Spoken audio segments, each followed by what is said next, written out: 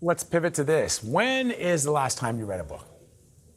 No comment. Oh my gosh, okay. Is it that you just haven't read one recently or you can't remember? That I finished a full book? So this I is do a lot of research for my job. Well, that's what Vlad. we all say to each other, right? When we don't have time to read books. But you might be proving this next guest point. The author of this article is sounding the alarm over what she calls, quote, the end of reading. Her piece cites a study that determined a decline in reading cuts across age groups, gender, and education levels here in the United States. So joining us here in the broadcast center this morning is the author of that piece, Rose Horowitch, who is a staff writer at The Atlantic. Good to see you. Thank you so much for having me. This made me incredibly depressed because, as Kelly said during the commercial break, I also spent my time as a child in libraries, in bookstores. One of my favorite things to do when I was a young, teenager, preteen, was to have my parents drop me off at the mall, and instead of going to Chess King or the places that were popular back then, I would just go straight to Barnes & Noble or Walden Books and just park myself in an aisle and find a book that I couldn't afford because we were not very rich, and we were poor is the word I'm looking for. And I would just sit there and read that book, and I'd go back every week to try to finish that book or I would find it at the library. Anyway, that long soliloquy just to say that reading still remains to me a fundamental part of who I am and what I like to do when I'm not inundated with work. What did your research find? So my research found that there has just been a sharp decline in reading across age levels, across genders, across socioeconomic status, as you mentioned. The share of Americans who read a book or even an article on any given day has declined by 40% in the past 20 years. I note in the piece that gambling is now a more popular leisure activity than reading. Wow, that's horrifying. You argue that AI and other technologies have made focused reading all but impossible. Why? Is it that we're always just, something else can tell me, or I can look at my phone?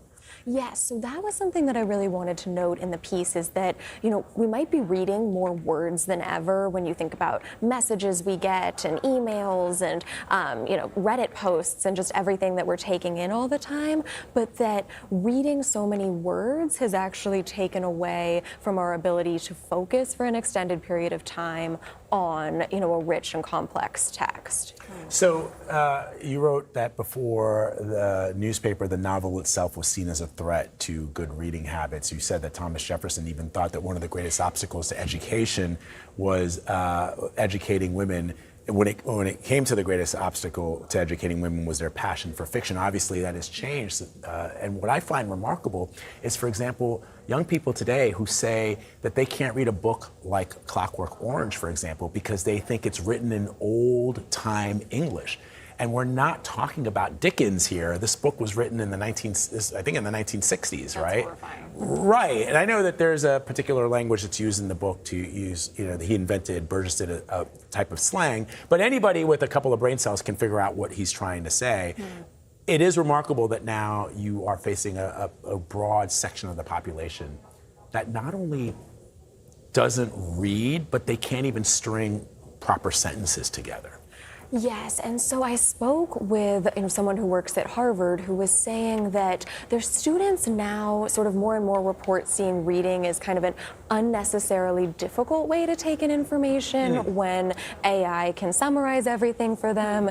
And so they're sort of having to convince them much more that no, there is something really important about reading the whole thing, seeing the words that the author wrote themselves and not getting this short summary. So it's really a change in attitude as well. Yeah, I mean, this is so sad because, I grew up reading, I went and I picked out Dickens, or the thrill that you would get from the smell of a library book that hadn't been taken out in a while is something, though, that I cannot find the fortitude to sit down and get through a book. That being said, I have years and years and years of having done that. I'm okay.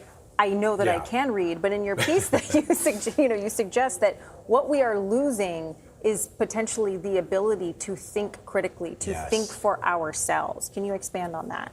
Yes. So, as you were saying, what we've seen that adults today, they used to really like reading, and some of the things that were sort of most nerve-wracking to me as I was writing this piece was the statistic that like only 2% of American adults read to a kid on any given day, and so we definitely can expect that this is only going to intensify in the years to come because the younger generation is much less interested in reading, and yes, as you say, we know that reading is kind of this way of taking in information where you have to go down the page.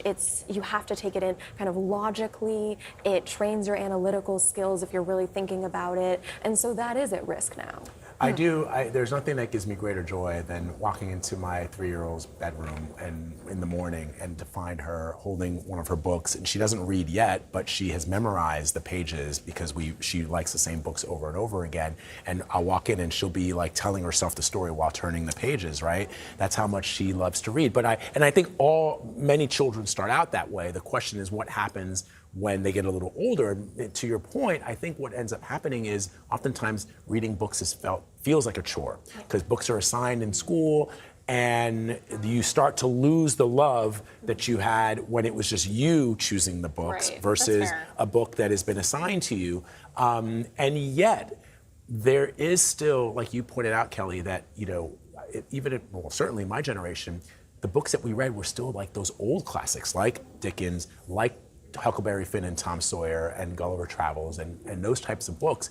And I'd be happy with just kids getting to read the latest Daniel Silva novel and getting through that as a way to encourage their love of reading. Is that something that educators are thinking about? So we definitely know that the books that people do read are shorter and simpler than they used to be. I spoke with the head of the New York Public Library who was saying that young adult fiction is their most popular offering, even among not young adults. Because Kelly has read every single Harry Potter book that's ever been written. That's for young adults, is it not? Yeah, there's a lot in there, okay? Don't come for HP, please. And so, I think that they're, educators are maybe thinking about, okay, how do I kind of scaffold and, help students read? But it's more so just that there are just fewer and fewer books being assigned to school. And so students just aren't being asked to do that. They're more being asked to read excerpts and kind of practice reading comprehension drills. And so it's not even coming up quite as much. Wow. All right. Rose Horowitch, really, really insightful piece. Thank you very much for coming on and talking about it. Thank you so much for having me. Appreciate it.